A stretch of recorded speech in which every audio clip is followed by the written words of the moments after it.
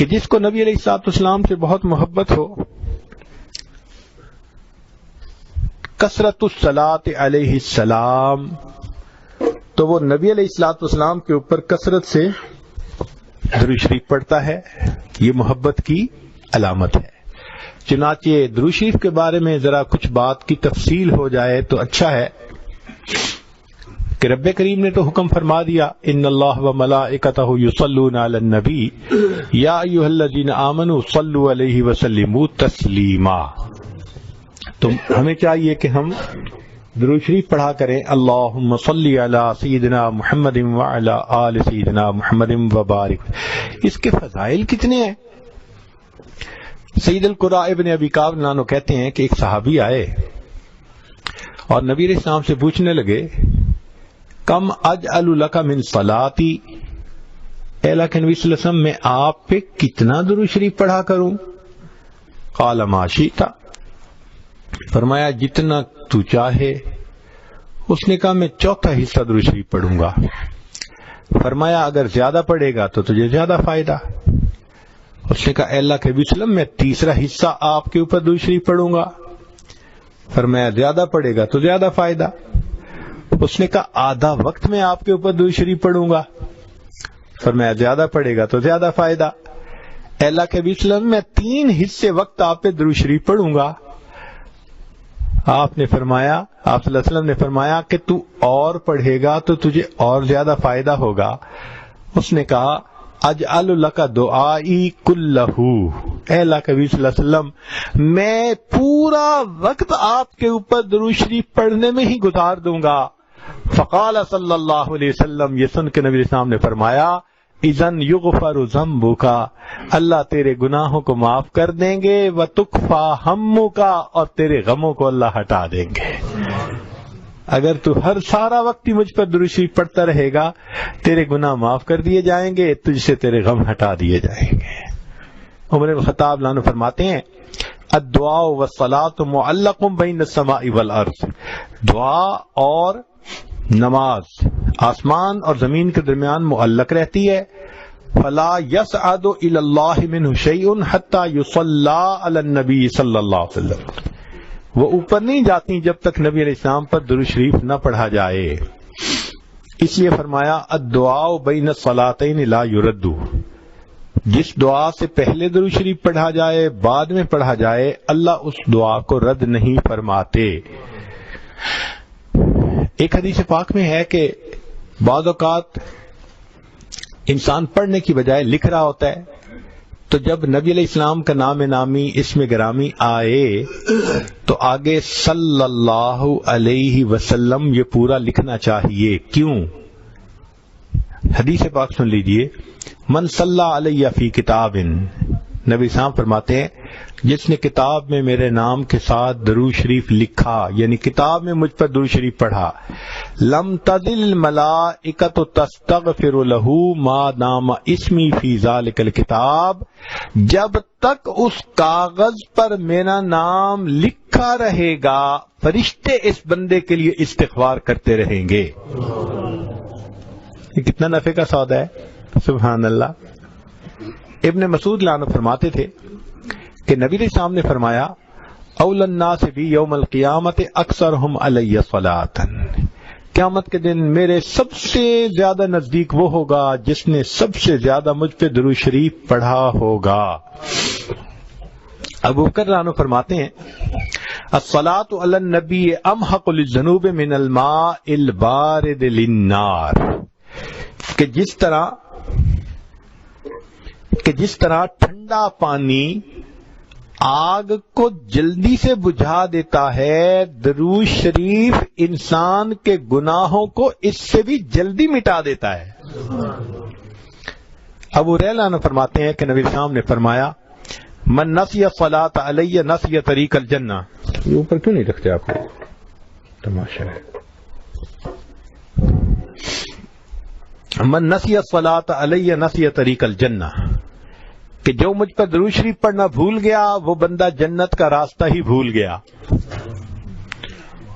علی عنہ فرماتے ہیں واللہ لولا ما ذکر اللہ ورسولہ فی فضل التسبیح والتکبیر والتحلیل والتحمید، کہ اللہ کی قسم اگر اللہ اور اس کے رسول صلی اللہ علیہ وسلم نے تکبیر اللہ اکبر، تسبیح سبحان اللہ، تحلیل لا الہ الا اللہ، تحمید الحمدللہ، اس کی اگر فضیلت نہ بتائی ہوتی لجعلت کل انفاسی صلاۃ علی رسول اللہ صلی اللہ علیہ وسلم، تو میں اپنا پورا وقت، پورے جو سانس ہیں ان میں نبی علیہ السلام پر درود شریف پڑھتا رہتا۔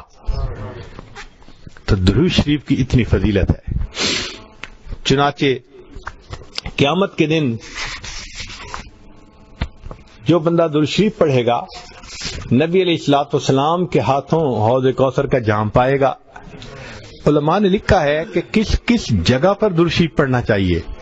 المواضع التي يصلى ويسلم علیہ صلی اللہ علیہ وسلم، تو وہ فرماتے ہیں دخول المسجد والخروج منہ، مسجد میں داخل ہوتے ہوئے درود شریف پڑھے اور نکلتے ہوئے پڑھے، والتشہد التحیات میں پڑھے، ورؤیت المساجد، مسجد پہ نظر پڑے تو درود شریف پڑھے، دخول الاسواق، بازار میں داخل ہوتے ہوئے درود شریف پڑھے، دخول البیت والخروج منہ، گھر میں داخل ہوتے ہوئے درود شریف پڑھے، گھر سے نکلتے ہوئے درود شریف پڑھے، نسیان الحاجہ، کوئی بات بھول جائے، چیز رکھ کے بھول جائے تو نبی علیہ السلام پہ درود شریف پڑھے، وقت الفقر، تنگی کا وقت ہو تو نبی علیہ السلام پہ درود شریف پڑھے، فی بدایت العلم، اور اگر علم کی مجلس ہو تو اس کے شروع میں درود شریف پڑھے، فی البدایت فی الخطب، خطبے کے شروع میں درود شریف پڑھے، والانتہاء فی مجالس العلم، مجلس علم کے اختتام پہ درود شریف پڑھے،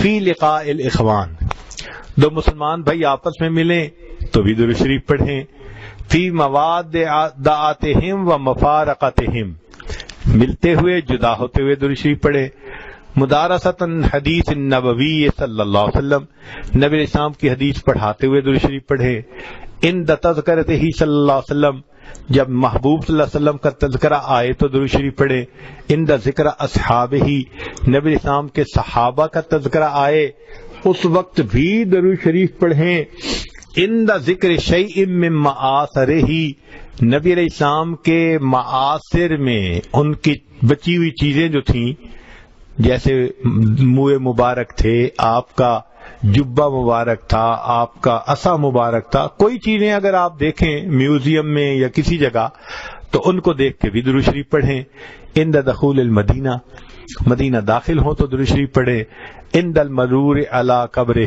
صلی اللہ علیہ وسلم، نبی علیہ السلام کے روض انور پہ حاضری ہو تو اس وقت بھی نبی علیہ السلام پر درود شریف پڑھیں۔ اب درود شریف کے کیا فوائد ہوں گے؟ علماء نے لکھا ہے انہا سبب لہدایت المصلی وحیات قلبہ، کہ درود شریف پڑھنے والے کو اللہ تعالیٰ ہدایت دیتے ہیں، اس کے دل کو زندہ کر دیتے ہیں۔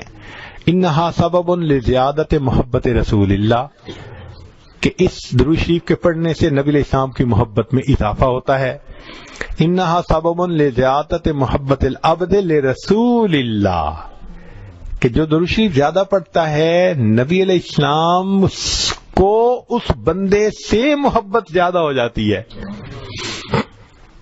انہا سبب قرب العبد من ربہ یوم القیامہ، کہ اس قیامت کے دن اس بندے کو اپنے رب کا قرب ملے گا جو زیادہ درود شریف پڑھتا ہوگا۔ انہا سبب قرب العبد من رسولہ صلی اللہ علیہ وسلم، نبی علیہ السلام کا قرب ملے گا آخرت میں۔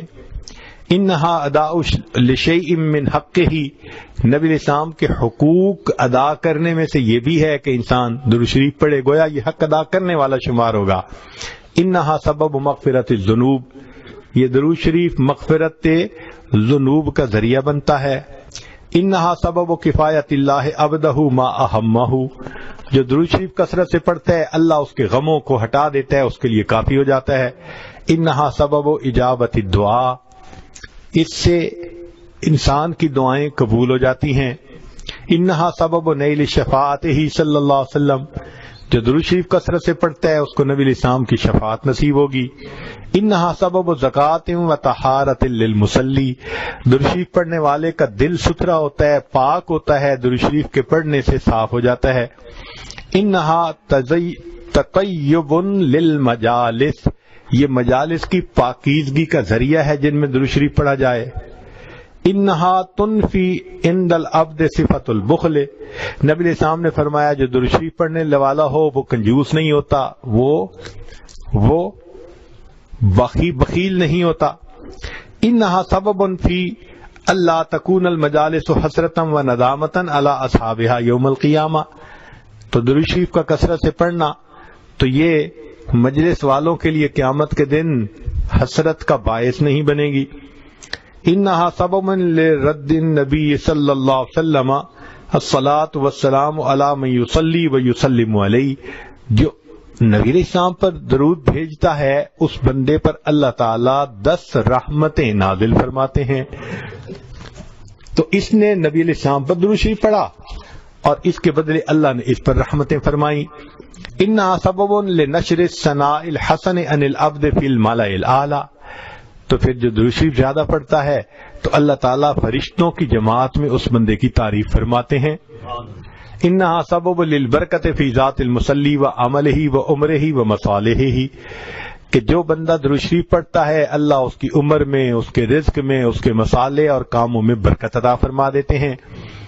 پھر انہا سبب لتثبیت قدم العبد علی الصراط والزواج علیہ، درود شریف کا کثرت سے پڑھنا پل صراط کے اوپر سے آسانی سے گزرنے کا ذریعہ بن جاتا ہے۔ اور پھر ایک آخری last but not the least, انہا سبب لثقل کفۃ المیزان، کہ درود شریف قیامت کے دن میزان کے پلڑے کے بھاری ہونے کا سبب بن جائے گا۔ اللہ اکبر کبیرہ۔ اس بارے میں ایک حدیث مبارکہ سن لیجئے تاکہ بعض کو ہم مکمل کر دیں۔ سبحان اللہ۔ اس حدیث مبارکہ کو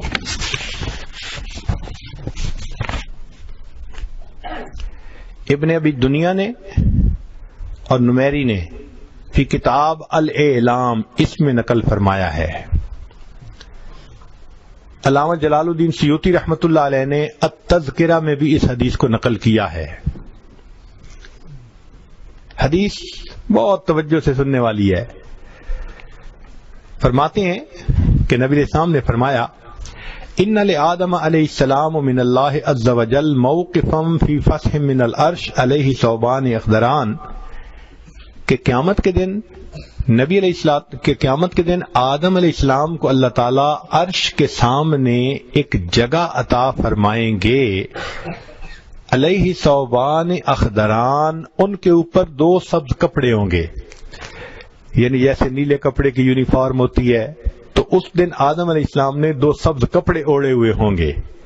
کأنہ نخلۃ صحوق، لمبا قد ہوگا آدم علیہ السلام کا جیسے کھجور کا درخت اونچا ہوتا ہے۔ اتنا لمبا قد کیوں ہوگا؟ ینظر الی من ینطلق بہ من والدہ الی الجنہ، کہ جب مجمع زیادہ ہو نا تو اندر کیا ہو رہا ہے پتہ نہیں چلتا، تو اللہ تعالیٰ آدم علیہ السلام کو اونچا قد دے دیں گے۔ وہ قیامت کے دن سارے انسانوں کے اعمال کیسے تل رہے ہیں اس کو بھی دیکھیں گے، اور پھر جس کو جنت لے جائیں گے یا جس کو جہنم لے جائیں گے اس کو بھی وہ بیٹھے دیکھ رہے ہوں گے۔ فبینما آدم علی ذالک، آدم علیہ السلام اس حال میں ہوں گے، اذ نظر الی رجل من امت محمد صلی اللہ علیہ وسلم، کہ وہ امت محمد صلی اللہ علیہ وسلم کے ایک بندے کو دیکھیں گے، ینطلق بہ الی النار، کہ اس کو آگ کی طرف فرشتے کھینچ کے جہنم کی طرف لے جا رہے ہوں گے۔ فینادی آدم علیہ السلام یا احمد یا احمد، آدم علیہ السلام پکاریں گے اے احمد صلی اللہ علیہ وسلم، اے احمد، تو احمد نبی علیہ الصلوۃ والسلام کا نام نامی اس میں گرامی ہے۔ فیقول علیہ الصلوۃ والسلام، جب نبی علیہ السلام اپنا نام سنیں گے تو فوراً کہیں گے لبیک یا ابا البشر، اے بشر کے باپ، لبیک میں حاضر ہوں۔ فیقول، آدم علیہ السلام کہیں گے ھذا رجل من امتی کا، یہ آپ کی امت کا ایک بندہ ہے،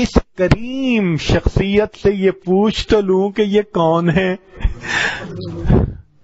وہ فرشتوں سے یہ کہے گا کہ تم مجھے جنت لے جا رہے ہو، تھوڑی دیر رکو، مجھے پوچھنے تو دو نا کہ یہ کون ہے کہ جنہوں نے جہنم سے راستہ میرا بدلوا کر جنت کا راستہ بنوا دیا.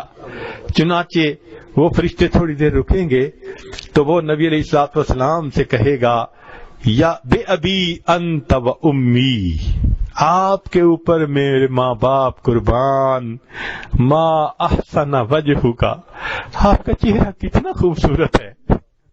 اللہ اکبر کبیرہ. وہ بندہ کہے گا کہ آپ کے اوپر میرے ماں باپ قربان، آپ کا چہرہ کتنا خوبصورت ہے.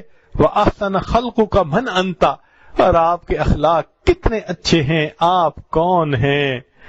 اس وقت فقد اقلتنی اسرتی، آپ نے میری لغزشوں کو کم کروا دیا، ورحمت عبرتی، اور میرے غموں کو مٹا دیا. فیقول علیہ الصلوۃ والسلام، نبی علیہ السلام جواب میں فرمائیں گے انا نبیک محمد، میں محمد صلی اللہ علیہ وسلم تمہارا نبی ہوں. وَهَذِهِ صَلَاتُكَ الَّتِي كُنْتَ تُصَلِّي عَلَيَّ، اور یہ وہ درود شریف ہے جو تو دنیا میں میرے اوپر پڑھا کرتا تھا. وَفَيْتُكَهَا أَحْوَجَ مَا تَكُونُ إِلَيْهَا، اس درود کا بدلہ تجھے اس وقت ملا جب تجھے اس کی بڑی ضرورت تھی، اور اللہ نے اس کی برکت سے تجھے جنت عطا فرما دی. آج ہم اپنے آسانیوں میں نبی علیہ الصلوۃ والسلام کی ذات بابرکات پر درود شریف پڑھتے رہے.